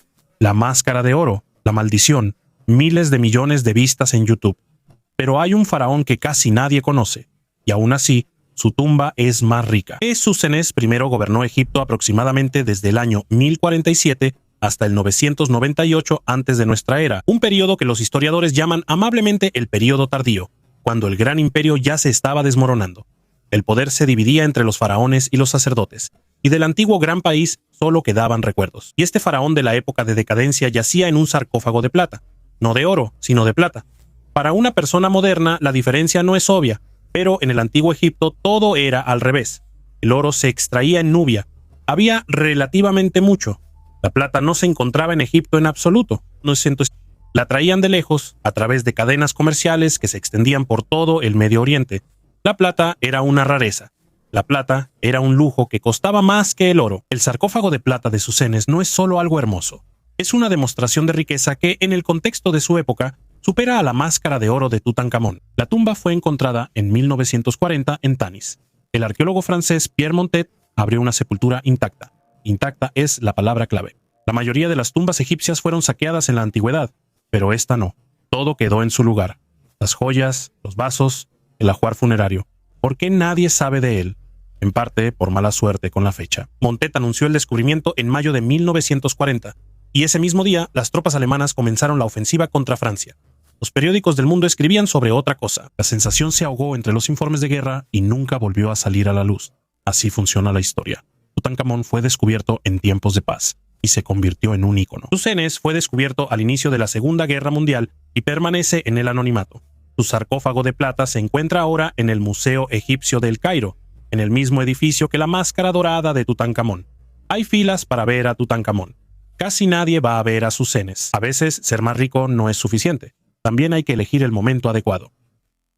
La arpía enigmática. El relieve de la Reina de la Noche, creado alrededor del año 1800 a.C., es uno de los artefactos más misteriosos de Mesopotamia. También conocido como el relieve de Berni, muestra a una diosa alada con garras de ave en lugar de pies sobre los lomos de dos leones. A sus lados hay búhos, que simbolizan el dominio sobre la oscuridad nocturna y el mundo de los espíritus. La identidad de la diosa representada sigue siendo motivo de debate. Algunos investigadores creen que se trata de Ishtar Inanna, la diosa babilónica del amor, la guerra y la fertilidad. Otros sugieren que el relieve representa a Ereshkigal, la sombría señora del inframundo y hermana de Ishtar. La simbología del relieve indica el poder y la fuerza sobrenatural de la diosa. Probablemente el relieve era un objeto de culto relacionado con rituales religiosos o prácticas mágicas. Su riqueza de detalles y monumentalidad hablan de la importancia de la representación de la deidad en las creencias de esa época. Hoy en día, este artefacto se encuentra en el Museo Británico. Sarcófagos antárticos. Durante una expedición científica internacional en la Antártida, un grupo de investigadores de Estados Unidos, China, Rusia e India descubrió un objeto que de inmediato generó controversia y preocupación. A varias decenas de metros de profundidad bajo el permafrost, se encontraron 4 sarcófagos oscuros, lisos y uniformes, con esquinas y bordes tan perfectos que podrían indicar un procesamiento con láser. La forma recordaba a losas monolíticas, y los propios sarcófagos mantenían una temperatura estable por encima de cero, a pesar del frío que los rodeaba. Los investigadores registraron un zumbido de baja frecuencia y ligeras vibraciones del suelo en las inmediaciones de los objetos, aunque ninguna de las instalaciones presentes en el campamento podía ser la fuente de tales vibraciones. Al abrir uno de los sarcófagos, se encontró un cilindro metálico con símbolos que no pertenecen a ninguna de las escrituras conocidas. Los científicos proponen varias teorías sobre el origen del hallazgo. Una de las hipótesis sugiere que los sarcófagos podrían ser vestigios de una civilización antigua que existió antes de la última era glacial. Otra hipótesis considera un origen tecnogénico y una posible relación con experimentos tecnológicos aún no identificados de la época de la Guerra Fría. Sin embargo, los partidarios de las teorías ufológicas creen que estamos ante un fragmento de una estructura extraterrestre abandonada o escondida bajo el hielo hace muchos miles de años. A pesar del gran revuelo, los datos oficiales sobre el incidente siguen siendo limitados, y los propios sarcófagos fueron retirados para su estudio en laboratorios restringidos. El encuentro con ellos terminaba en desgracia. Entre los pueblos del norte existe una leyenda sobre criaturas cuyo encuentro casi siempre terminaba en desgracia. Los nenets las llamaban Sigirtia, los que cavan madrigueras. Según las leyendas, era un pueblo de baja estatura que vivía en las colinas. Sus viviendas tenían la entrada por arriba y solo salían al exterior de noche o en una densa niebla. Durante el día era imposible verlos, incluso si pasabas cerca. Los encuentros casuales se describen de manera fragmentada. Los cazadores podían notar a una mujer pequeña del tamaño de un niño, escuchar sonidos extraños o tropezar con algún objeto olvidado. En una leyenda, una chica Sigirtia, al asustarse de la gente, huyó y dejó una pequeña bolsa. Todos los que la tocaron después murieron de una enfermedad. Estas historias se transmitían como advertencia. Es mejor no meterse con los Sigirtia. Durante mucho tiempo se les consideró espíritus ficticios de la tundra, pero la arqueología sembró dudas. En el cabo Mameyev, en Yamal, se encontró un asentamiento de un pueblo que vivió aquí antes de la llegada de los nenets. En las tumbas había decenas de objetos metálicos, adornos, cuchillos y utensilios. Los nenets no trabajaban el metal y los propios esqueletos pertenecían a personas de baja estatura. No eran enanos, pero sí notablemente más bajos que los habitantes actuales del norte. Especialmente extraña resultó ser su especialización. En la tundra se encontraron modelos de madera de herramientas parecidas a picos. La agricultura aquí es imposible, así que los picos se usaban para extraer marfil de mamut. Precisamente los colmillos podían ser la fuente de riqueza. En Europa, el polvo de mamut se consideraba una medicina, y los colmillos mismos eran muy valiosos. No es casualidad que en las leyendas los Sigirtia fueran representados con cuernos de toro. Así llamaban los nenets a los colmillos que salían de la tierra. Con el tiempo, las menciones sobre los Sigirtia desaparecen. Los científicos relacionan esto con la pequeña edad de hielo y las migraciones. Es posible que la tribu se haya ido a Taimir, o tal vez se haya asimilado.